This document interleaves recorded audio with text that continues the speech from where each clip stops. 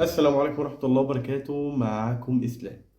النهاردة بقى نتكلم عن الوحش اللي نزل، سامسونج A55، ملك الفئة المتوسطة اللي الناس بتدعي إن هو يعني من أكتر التليفونات اللي هيكون مبيعا. الله أعلم. كل حاجة هنشوف، وأنا دلوقتي هعرض لك الفيديو مع مقارنة بسامسونج S23 FE. قوم اعمل بقى كوباية شاي عشان الفيديو هيكون دسم، وانا كمان هقوم اعمل كوباية شاي. ما تنساش تصلي على النبي وتشترك في القناة. انا بقى جبت كوباية الشاي بتاعتي، انت جبت كوباية الشاي بتاعتك. بالنسبة بقى لكوباية الشاي ديت، لو خلصت اعرف ان انت الفيديو خلاص قرب يخلص.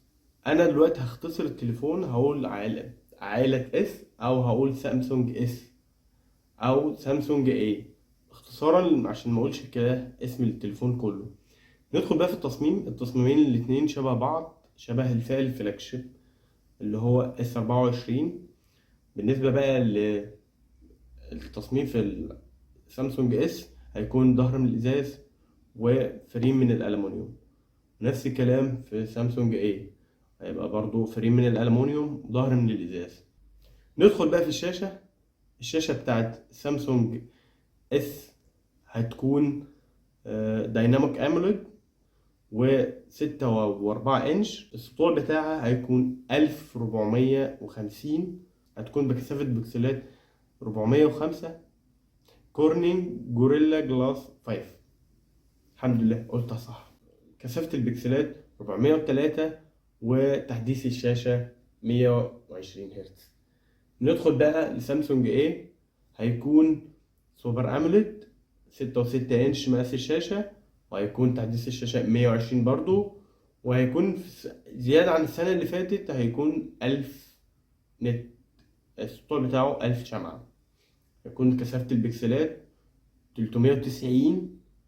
والفرق في التليفونات في الشاشتين الاتنين سوبر أموليد، بس فعلا لو انت مسكت التليفونين سامسونج A وسامسونج اس، هتلاقي فيه اختلاف جدا في الشاشة، مع ان الاتنين سوبر أموليد.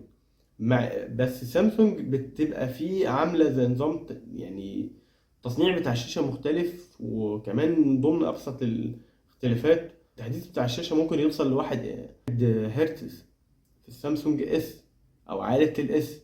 بالنسبة لعائلة الاي، ممكن آخره لما بينزل ل60. بيبقى فيه فرق، وكمان بيبقى فيه شارب كراودي في سامسونج عائلة الاس.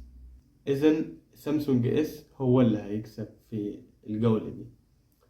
ندخل بقى على ايه الكاميرات بتاعت سامسونج اس. هتكون 50 ميجا بكسل، فتحة العدسة 1.8، وهتكون مثبتة ب OIS. نفس الكلام في العدسة التانية، هتكون 8 ميجا بكسل، هتكون برضو فيها OIS. دي بتعمل 3x بدون أي يعني بدون اي كروب. هي فعلا 3 اكس اللي هي هتكون 30 اكس، والزاويه العريضه هتكون 12 ميجا بكسل. نيجي بقى لتصوير الشاشه بتاع الكاميرا الخلفيه، هيكون 8K.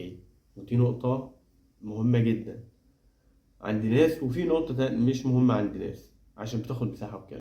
ندخل بقى سامسونج ايه، هتكون برضو 50 ميجا بكسل، وهيكون معاه مثبت بصري OIS، وفتحة العدسة 1.8.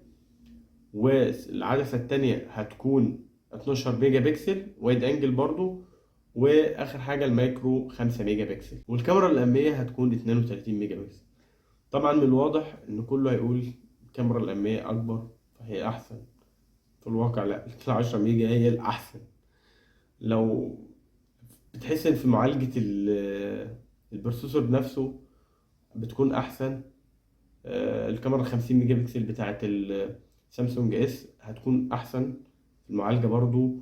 وبتكون طبعا كفاية اللي هي العدسة الاوبتيكال ديت، اللي هي بتاع الزوم دي لوحدها ميزة في التليفون، بدل اللي هي المايكرو الموجودة اللي ملهاش لازمة دي. ندخل بقى على المعالج، هيكون الاتنين اكزينوس. في بالنسبة للسامسونج اس، في نسخة منه سناب دراجون ايدج 1، بس مش بتيجي هنا، اللي بيجي هنا اكزينوس. 2200 أو 2200. المعالج ده كويس جدا، بس مشكلته بس إن هو بيسخن شوية، وده عيب فيه. أو مش عيب أوي، في ناس بتقبل السخونة البسيطة ديت. والتصنيع بتاعه هيكون 4 نانو برضه. ندخل بقى على السامسونج هيكون المعالج اكزينوس 1480، ده أحدث من السنة اللي فاتت اللي هو كان 1380. 1380 نزل من السنة اللي فاتت، نزل في السامسونج 35 السنة دي أصلا. ندخل بقى على النظام الأندرويد. أندرويد 13 مع سامسونج وأندرويد 14 نازل على سامسونج فده ليه 4 سنين تحديثات، وسنة أمان بعديها تحديثات أمان. وسامسونج نفس الكلام. إذا سامسونج هيكون في سنة تحديثات أقل، عشان ده نازل 13 وده نازل ب14، برضو 4 سنين وسنة أمان. ندخل بقى لنقطة القوة في السامسونج البطارية 5000 ملي أمبير. هي نقطة مش قوة قوي، هي ده الطبيعي، بس سامسونج هنا هتكسب سامسونج